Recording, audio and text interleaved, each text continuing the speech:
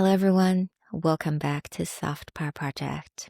Today, I wanted to share with you a pattern that I've seen as a communication trainer. I have trained hundreds of leaders and founders of businesses and executives in probably for about like 8 to 10 years now. And I've seen a pattern which is very unexpected and uncomfortable. But don't worry, I will have some suggestions for you to solve this discomfort. So let me paint a picture. I think there are roughly two types of people in the workplace, and this could be for startups or for large corporation. You got the achievers.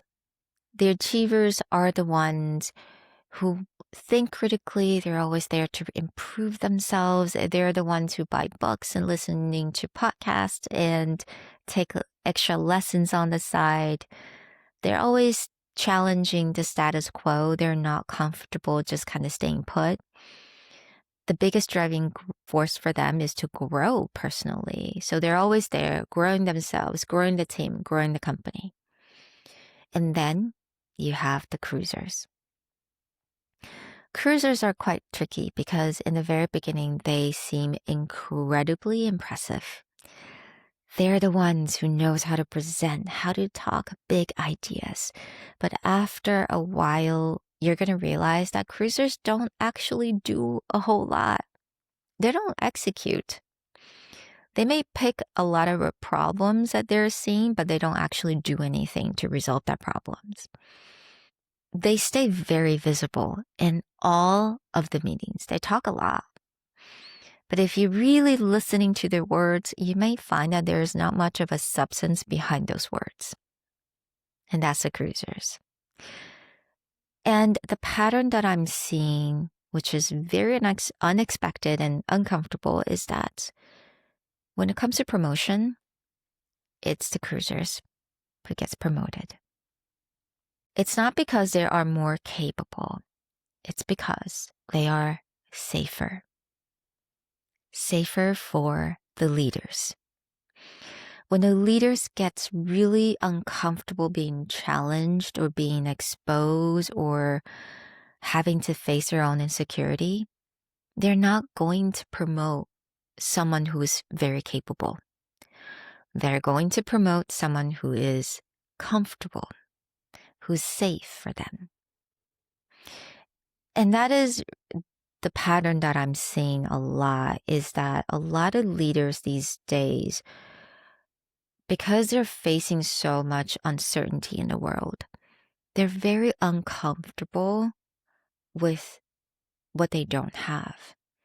And they're so busy protecting that. They're so busy trying to survive.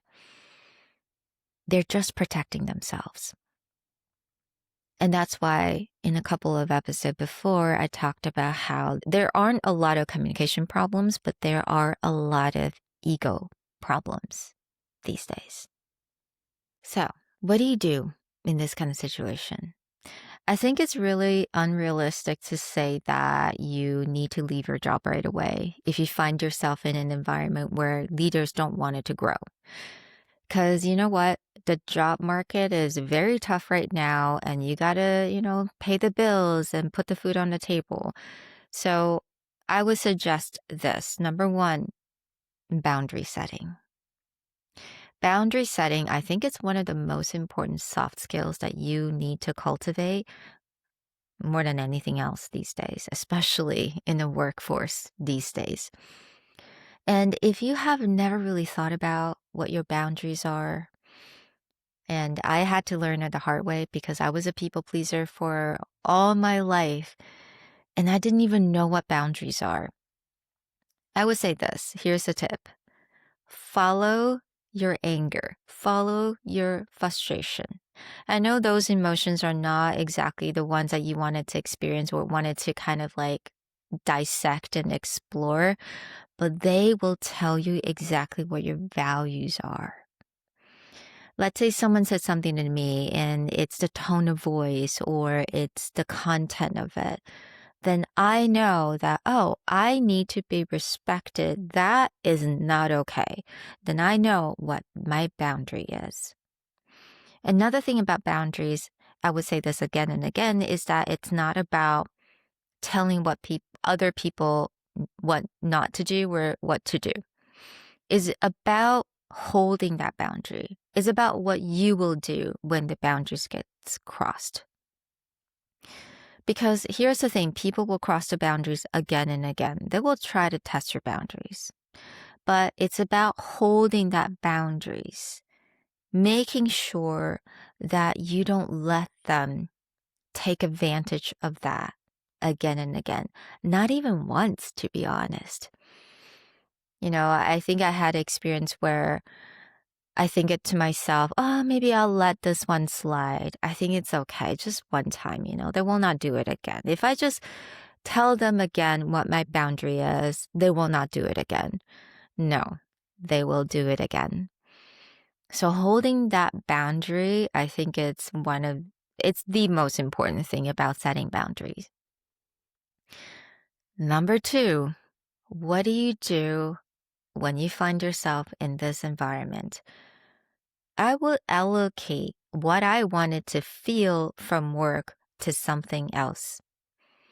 If I wanted to feel the sense of accomplishment from work because I love a big challenge or I am really good at organization, then actually allocate that to something else. So let's say I love a big challenge. I am a risk taker. I remember interviewing this lady and she manages like multiple business at the same time. And she's a risk taker for sure. She actually scheduled and put that on her calendar, the mountains she wants to hike every month. She actually tracks that. So it's not just a hobby. It's actually giving her that sense of accomplishment outside of work. And I think that's brilliant. That's incredibly smart because sometimes I feel like, oh, it's just a hobby, exercising is a hobby. But no, it gives you that sense of accomplishment. And I think that's why people are, fall in love with strength training because you actually feel the sense of accomplishment when you get to lift heavier weights, when you feel healthier. And if you're someone who loves organizing events and you're not getting that sense of accomplishment at work, find a little pocket of time somewhere else. Organize a small book club with your friends, maybe just a couple of people. Maybe do one book every 2 months or so. Plan that. It doesn't have to be offline. It can just be online. But you're going to feel that sense of accomplishment from doing just that. So your job can just be a place to feel, like, oh, I'm getting money. And that's it.